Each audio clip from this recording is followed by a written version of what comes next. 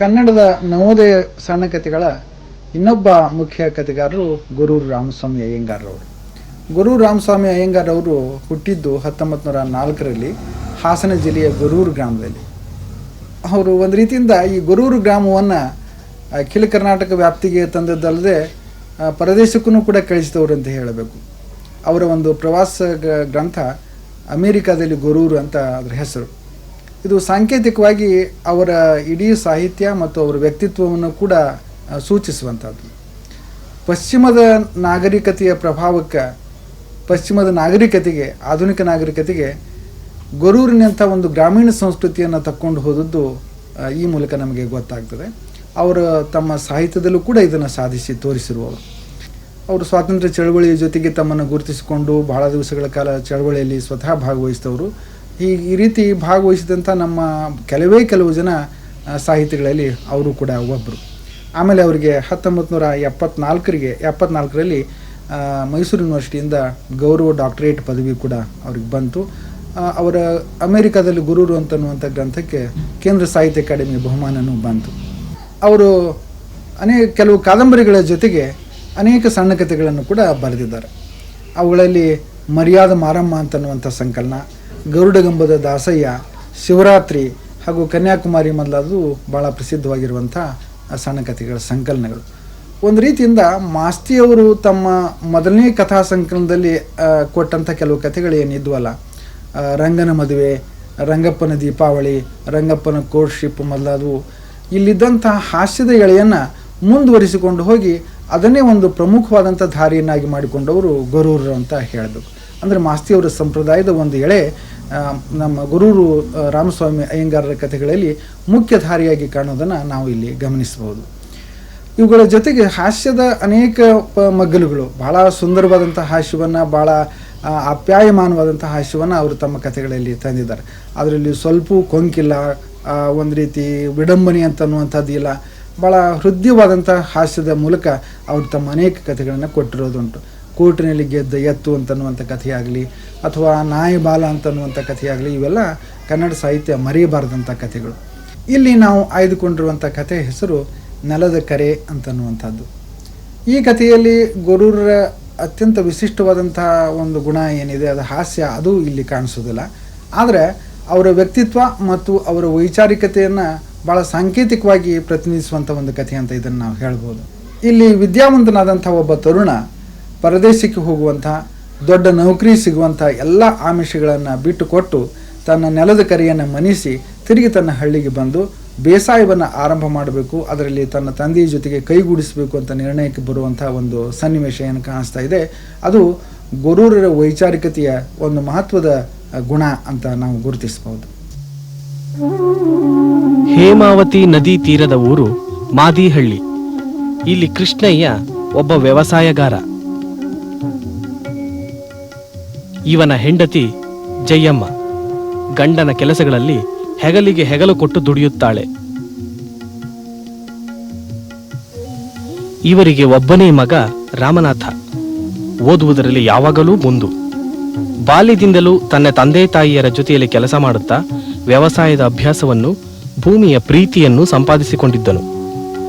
ಬಿಡುವಿನಲ್ಲಿ ತನ್ನ ಓದಿನ ನಡುವೆ ತಂದೆಯ ಕೆಲಸಗಳಲ್ಲಿ ನೆರವಾಗುತ್ತಿದ್ದನು.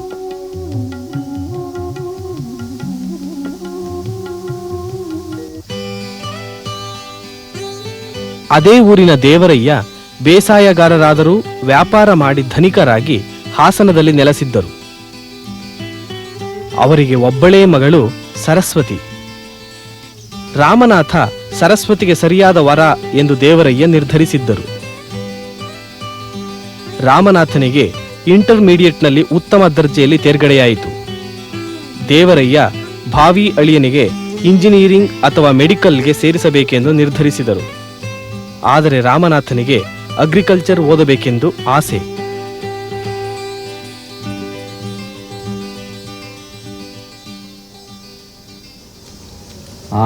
ಬಾ ರಾಮನಾಥ, ಕೂತ್ಕೋ.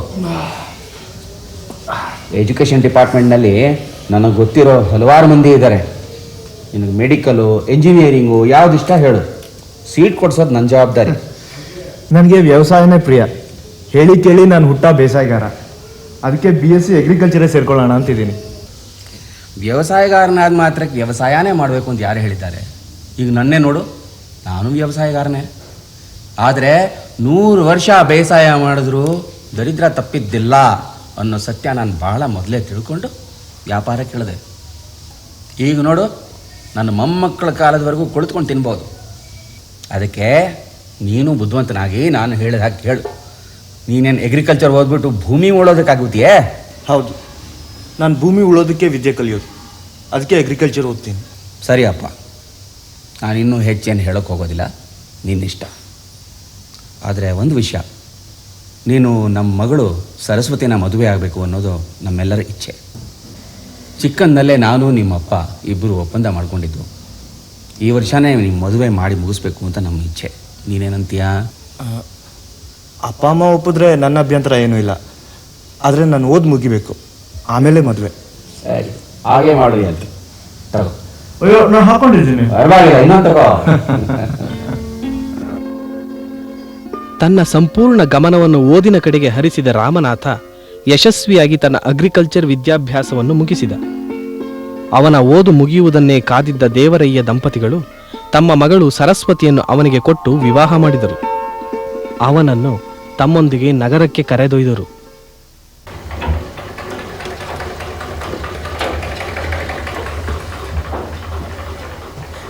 Good, excellent. ರಾಮನಾಥ, ಫಸ್ಟ್ ಕ್ಲಾಸ್ನಲ್ಲಿ ಪಾಸ್ ಮಾಡಿದ್ದೀಯ. ಸರ್ಕಾರದಲ್ಲಿ ಕೆಲಸಕ್ಕೆ ಸೇರಿಕೊಂಡ್ರೆ ಭಾಳ ಬೇಗ ಮೇಲಕ್ಕೆ ಬರ್ಬೋದು. ಆಮೇಲೆ ಇಂಗ್ಲೆಂಡು, ಅಮೇರಿಕಾ ಕೂಡ ಹೋಗಿ ಬರ್ಬೋದು. ಸರ್ಕಾರದಲ್ಲಿ ನನ್ನ ಮಾತು ನಡೆಯುತ್ತೆ. ನನಗೆ ಫಾರಿನ್ಗೆ ಹೋಗೋ ಆಸೆ ಸ್ವಲ್ಪನೂ ಇಲ್ಲ. ಹಾಗೆ ಬೇರೆಯವ್ರ ಕೈಗಳಿಗೆ ಗುಲಾಮ್ನಂತೆ ದುಡಿಯೋದು ನನಗೆ ಬರೋದಿಲ್ಲ. ನನ್ನ ಜಮೀನಲ್ಲಿ ಸರ್ವ ಸ್ವತಂತ್ರವಾಗಿ ಬೆವರು ಹರಿಸಿ ದುಡಿಬೇಕು ಅನ್ನೋದೇ ನನ್ನ ಇಚ್ಛೆ. ಚಿಕ್ಕ ವಯಸ್ಸಿನಿಂದ ಸಗಣಿ ಮಂಕ್ರಿ ಹೊತ್ತು ಸಾಕಾಗಿದೆ. ಇನ್ನು ಈ ಜನ್ಮದಲ್ಲಿ ನಾನು ಆ ಕೆಲಸ ಮಾಡೋದಿಲ್ಲ. ನಾನಷ್ಟೇ ಅಲ್ಲ, ನನ್ನ ಮಗಳು ಕೂಡ ಆ ಕೆಲಸ ಮಾಡೋದು ನನ್ಗೆ ಇಷ್ಟ ಇಲ್ಲ. ಅದಕ್ಕೆ ಅವಳನ್ನ ಹಳ್ಳಿಗೆ ಕಳ್ಸಲ್ಲ. ಹಂಗಂದ್ರೆ ಹೇಗತ್ತೆ? ನಾನು ಓದಿದ ಉದ್ದೇಶ ನಿಮ್ಗೆ ಗೊತ್ತೇ ಇದೆ. ನನಗೆ ಮೊದಲಿಂದಲೂ ಹಳ್ಳಿ ಜೀವನ ಅಂದ್ರೆ ಇಷ್ಟ. ನಿಮ್ಮ ಮಗಳಿಗೆ ಸಿಟಿ ಲೈಫೇ ಬೇಕು ಅಂತಿದ್ರೆ ಅಂತ ಹುಡುಗನ ನೋಡಿ ಮದುವೆ ಮಾಡ್ಬೇಕಿತ್ತು.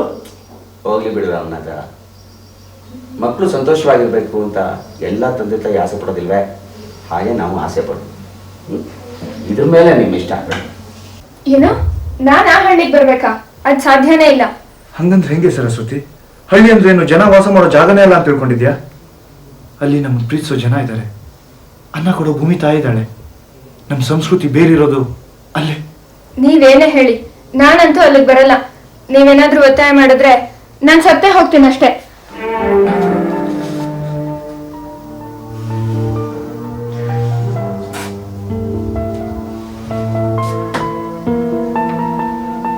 ದೇವರಯ್ಯ ತಮ್ಮ ಪ್ರಾಬಲ್ಯದಿಂದ ಅಳಿಯನಿಗೆ ವ್ಯವಸಾಯದ ಇನ್ಸ್ಪೆಕ್ಟರ್ನ ಕೆಲಸ ಕೊಡಿಸಿ ತಮ್ಮ ಮನೆಯಲ್ಲಿಯೇ ಇಟ್ಟುಕೊಂಡರು. ಅಳಿಯನನ್ನು ಇಂಗ್ಲೆಂಡು ಅಥವಾ ಅಮೆರಿಕಕ್ಕೆ ಹೆಚ್ಚಿನ ವ್ಯಾಸಂಗಕ್ಕಾಗಿ ಕಳಿಸುವುದು ಅವರ ಉದ್ದೇಶವಾಗಿದ್ದಿತು. ತನ್ನ ವಿದ್ಯೆಯನ್ನು ವ್ಯವಸಾಯದ ಅಭಿವೃದ್ಧಿಗೆ ಉಪಯೋಗಿಸಬೇಕೆಂದಿದ್ದ ರಾಮನಾಥನ ಕನಸು ಕನಸಾಗಿಯೇ ಉಳಿಯಿತು.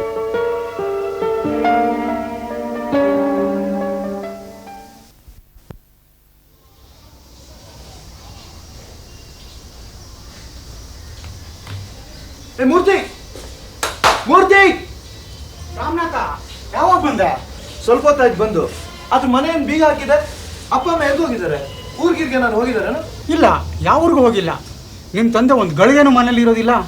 ಬೆಳಗ್ಗೆಯಿಂದ ಸಂಜೆವರೆಗೂ ಯಾಲಕ್ಕಿ ತೋಟದಲ್ಲೇ ಇರ್ತಾರೆ. ಇನ್ನೇನು ಸಂಜೆ ಆಯ್ತಲ್ಲ, ಬಂದ್ಬಿಡ್ತಾರೆ. ಅದೇ ಆ ಕಾಡಿನ ಮಧ್ಯ ಒಂದು ಜಾಗ ಇತ್ತಲ್ಲ ಅಲ್ಲ? ಹಾಂ ಹೌದು, ಸೊಗಸಾದ ಜಾಗ. ನೀನು ಆ ಕಡೆ ಬಂದು ಭಾಳ ದಿನನೇ ಆಯ್ತಲ್ಲ. ಏನು ಮಾಡಲಿ ಹೇಳು, ಆಫೀಸ್ ಕೆಲಸ ಬಿಡುವೆ ಸಿಗೋದಿಲ್ಲ. ಅಂದಾಗೆ ನಮ್ಮ ತಾಯಿಯಲ್ಲಿ ಅವರು ಹೋಗ್ತಾರಪ್ಪ. ಇಬ್ಬರು ಜೊತೆಗೆ ಬೆಳಗ್ಗೆ ಹೋಗ್ತಾರೆ, ಸಂಜೆ ಬರ್ತಾರೆ. ಬಾ, ಇಲ್ಲಿ ಕೂತ್ಕೊಂಡು ಏನು ಮಾಡ್ತೀಯ? ಮನೆಗೆ ಹೋಗೋಣ. ಪರವಾಗಿಲ್ಲ, ನೀನು ಹೋಗು, ನಾನು ಇಲ್ಲೇ ಇರ್ತೀನಿ. ನಾ ಬರ್ತೀನಿ, ಸಂಜೆ ಸಿಗ್ತೀನಿ. ಆಯ್ತು.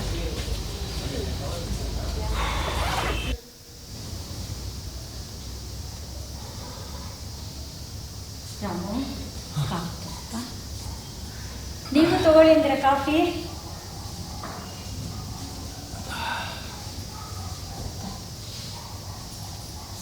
ಬಸ್ ಪ್ರಯಾಣ ತುಂಬಾ ಆಯಾಸ ಆಯ್ತಪ್ಪ.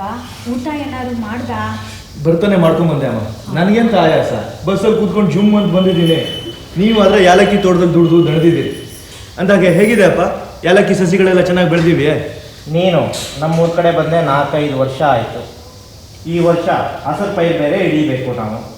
ಅಯ್ಯೋ ನಮ್ದೆಲ್ಲ ಇದು ಇದ್ದಿದ್ದೇನಪ್ಪ. ಊರಲ್ಲಿ ನಿಮ್ಮ ಅತ್ತೆ ಮಾವ ಚೆನ್ನಾಗಿದ್ದಾರಾ? ಫಸ್ಟ್ ಕ್ಲಾಸ್ ಆಗಿದ್ದಾರೆ. ನಿಮ್ಮ ಆರೋಗ್ಯ ಹೇಗಿದೆ?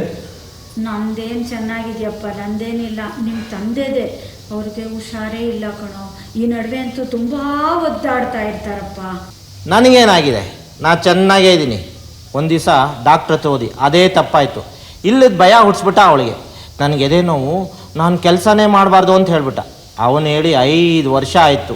ಅವತ್ತಿನಿಂದ ಇವತ್ತಿನವರೆಗೂ ತೋಟದ ಕೆಲಸ ಮಾಡ್ತಾನೇ ಇದ್ದೀನಿ. ಹೌದು ಕಣೋ, ಅವ್ರು ಹೇಳೋದು ನಿಜಪ್ಪ. ತೋಟದ ಕೆಲಸ ಅವ್ರು ಶುರು ಮಾಡಿದ್ಮೇಲೆ ಮೊದಲಕ್ಕಿಂತನೂ ಆರೋಗ್ಯ ಭಾಳ ಚೆನ್ನಾಗಾಗಿದೆಯಪ್ಪ. ಚೆನ್ನಾಗಾಗೋದೇನೋ, ಮತ್ತೆ ಹುಡುಕ್ತನ ಬರ್ತಾ ಇದೆ. ರಾಮನಾಥ, ಈ ಗಾಳಿನೇ ಅಮೃತ, ಈ ಕೆಲಸನೇ ಟಾನಿಕ್ ಕಣೋ. ನಿಜ, ಇದೇ ನಿಜವಾದ ಬಾಳು. Congrats Ramanatha, my hearty congratulations to you. Congratulations. ಯಾಕೆ? You are flying young man, you are flying. Flying? You are going to America. America? Delhi secretariat ನಲ್ಲಿ ನನ್ನ ಸ್ನೇಹಿತರೊಬ್ರು ನೀನು ಹೆಚ್ಚಿನ ವಿದ್ಯಾಭ್ಯಾಸಕ್ಕಾಗಿ ಅಮೆರಿಕಾಗೆ ಹೋಗೋದಕ್ಕೆ ಎಲ್ಲ ಏರ್ಪಾಟು ಮಾಡಿದ್ದಾರೆ. 2 ವರ್ಷ ಎಲ್ಲ ಖರ್ಚು ಸರ್ಕಾರದ್ದೇ. ವಾಪಸ್ ಬಂದ್ಮೇಲೆ ದೊಡ್ಡ ಹುದ್ದೆ, ಗೌರವ, ಅಂತಸ್ತು. ನಾನು ಅಲ್ಲಿ ಹೋಗಿ ಕಲಿಯೋದು ಅಷ್ಟರಲ್ಲೇ ಇದೆ. ನಾನ್ ಮಾಡೋ ವ್ಯವಸಾಯಕ್ಕೆ ನಾನು ಇಲ್ಲಿ ಕಲ್ತಿರೋ ವಿದ್ಯೆ ಸಾಕು. ಇವರು ಯಾವಾಗ್ಲೂ ಹೀಗೆ ಅಪ್ಪ, ಎಲ್ಲದಕ್ಕೂ ಉದಾಸೀನ. ಬೇರೆ ಯಾರಿಗಾದ್ರೂ ಇಂಥ ಅವಕಾಶ ಸಿಕ್ಕಿದ್ರೆ ಎಷ್ಟು ಸಂತೋಷ ಪಡ್ತಿದ್ರು. ಅಮೆರಿಕಕ್ಕೆ ಹೋಗೋ ಅವಕಾಶ 1000 ಸಿಗತ್ತೆ. ಅಮೆರಿಕಕ್ಕೆ ಹೋಗೋದು ಅಂದ್ರೆ ಸಾಮಾನ್ಯನಾ? ಅದು ನಮ್ ಜನರಿಗೆ ಹತ್ತಿರೋ ಒಂದು ಹುಚ್ಚು. ಮಾತ್ರ ಇಂಗ್ಲೆಂಡ್ ಅಮೆರಿಕ ಅಂತಾರೆ. ಅಲ್ಲಿ ಹೋಗಿ ಬಂದಿರೋರು ಮಾಡ್ತಿರೋದನ್ನ ನಾನು ನೋಡ್ತಿದ್ದೀನಿ. ಚೆನ್ನಾಗಿ ತಿಂತಾರೆ, ಕುಡಿತಾರೆ, ಒಳ್ಳೊಳ್ಳೆ ಬಟ್ಟೆ ಹಾಕ್ತಾರೆ, ಆಫೀಸ್ಗೂ ಮನೆಗೂ ಕಾರಲ್ಲಿ ಜುಮ್ ಅಂತ ಓಡಾಡ್ತಾರೆ ಅಷ್ಟೇ. ಅಲ್ಲ, ಈ ರೀತಿ ಹೋಗ್ಬರೋದ್ರಿಂದ ನಮ್ ದೇಶಕ್ಕೆ ಒಂದಾಣಿ ಪ್ರಯೋಜನ ಇದೆಯಾ? ಅದು ಅಲ್ಲದೆ ನಾನ್ ಮಾಡ್ತಿರೋ ವ್ಯವಸಾಯಕ್ಕೆ ಅಲ್ಲಿ ಹೋಗಿ ಕಲಿಬೇಕಾಗತ್ತೆ ಏನೂ ಇಲ್ಲ.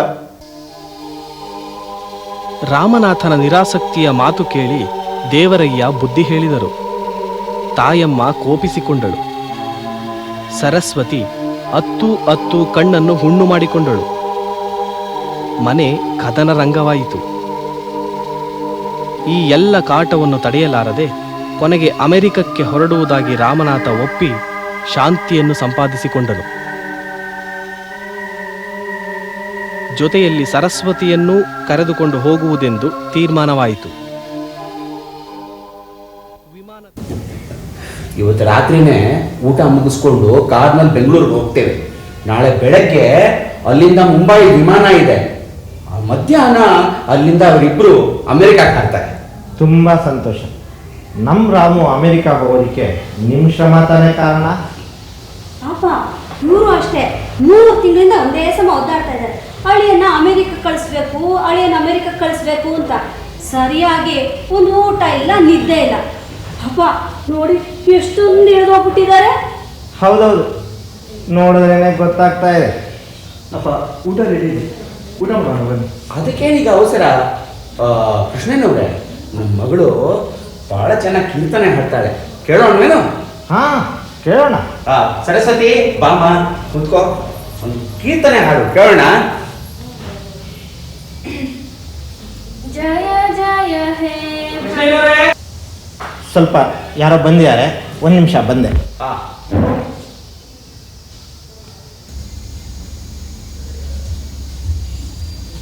ಅರೆ ನಂಜಾಸಿದ್ದ, ಏನ್ರ ಇಷ್ಟೊತ್ತಿನಲ್ಲಿ ನೀವು? ನಿನ್ನೆ ರಾತ್ರಿ ಹಲಮನಹಳ್ಳಿ ಗದ್ದೆ ಬೈಲ್ಗೆ ಆನೆಗಳು ಬಿದ್ದವಂತೆ. ಇನ್ನೊಂದು ಕಡೆಯಿಂದ ಕಾಡಂದಿಗಳು ಕೂಡ ಬಿದ್ದವಂತೆ. ಎಲ್ಲ ನಮ್ಮ ಹಳ್ಳಿಗಳ ಕಡೆ ಹೊಂಟವಂತೆ ಸ್ವಾಮಿ. ಗದ್ದೆ ಬೈಲ್ಗೆ ದೊಡ್ಡದಾಗಿ ಬೆಂಕಿ ಹಾಕಬೇಕು. ನಿಮ್ಮ ಏಲಕ್ಕಿ ತೋಟಕ್ಕೆ ಏನು ಮಾಡ್ತಿರ್ ಬುದ್ಧಿ? 5 ವರ್ಷ ಶ್ರಮ ಪಟ್ಟಿದ್ದು ಒಂದೇ ಗಳಿಗೆ ನಾಶ ಆಗ್ಬಿಡುತ್ತೆ. ಆನೆಗಳು ಬಿದ್ದರೆ ನಾವೇನು ಮಾಡೋಕ್ಕಾಗಲ್ಲ. ಹಾಂ, ನಾ ಏನಂತ ಮಾಡಲಿ? ತೋಟಕ್ಕೂ ಹೋಗಬೇಕು, ಗದ್ದೆಗೂ ಹೋಗಬೇಕು. ಇವತ್ತೇ ಸರಿಯಾಗಿ ನಂಗೆ ಜ್ವರ ಬೇರೆ ಬಂದಿದೆ. ದೇವ್ರು ಮಾಡ್ದಂತಾಗಲಿ. ಹೋಗಿ ನಿಮ್ಮ ಗದ್ದೆಗೆ ಹೋಗಿ ನಿಮ್ಮ ಪೈರು ಉಳಿಸ್ಕೊಳ್ಳಿ, ಹೋಗಿ. ಏನು ಮಾಡೋದು ಸ್ವಾಮಿ, ಪ್ರತಿಯೊಬ್ಬರು ಅವ್ರವ್ರ ಗದ್ದೆ ಕಾಯಬೇಕಾಗಿದೆ. ನಿಮ್ಮ ಗದ್ದೆ ಕಾಯನಂದರೆ ಅದು ಕಾಡು ಮಧ್ಯದಲ್ಲಿದೆ, ನಮ್ಮಲ್ಲಿ ಹೆಚ್ಚು ಜನಗಳೇ ಇಲ್ಲ. ಚಿಂತೆ ಬೇಡ, ನೀವು ಹೋಗಿ ನಿಮ್ಮ ಜಮೀನು ನೋಡ್ಕೊಳ್ಳಿ. ನಮ್ಮ ಪಾಡಿ ಹೇಗೋ ಆಗುತ್ತೆ. ಹೋಗಿ ಹೋಗಿ.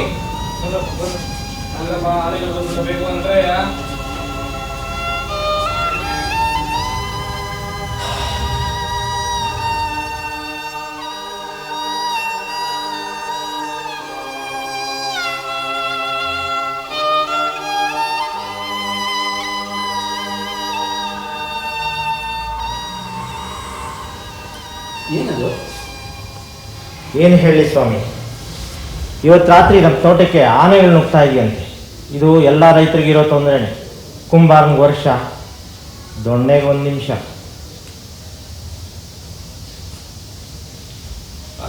ಸರಸ್ವತಿ, ಇದು ಹಾಡಮ್ಮ, ಕೀರ್ತನೆ ಹಾಡು. ಜಯ ಜಯ ಹೇ ಭಗವತಿ ಸುರಭಾರತಿ ತವ ಚರಣಂ ಪ್ರಣಮಾಮಃ. ನಾದ ಬ್ರಹ್ಮಮಯಿ ಜಯ ವಾಗೇಶ್ವರಿ, ನಾದ ಬ್ರಹ್ಮಮಯಿ ಜಯ ವಾಗೇಶ್ವರಿ, ಶರಣಂ ತೇ ಗಚ್ಛಾಮಃ. ಜಯ ಜಯ. ರಾಮನಾಥ, ಏನಿದು ಇಷ್ಟೊತ್ತಲ್ಲಿ ಎಲ್ಲಿ ಹೊರಟೆ?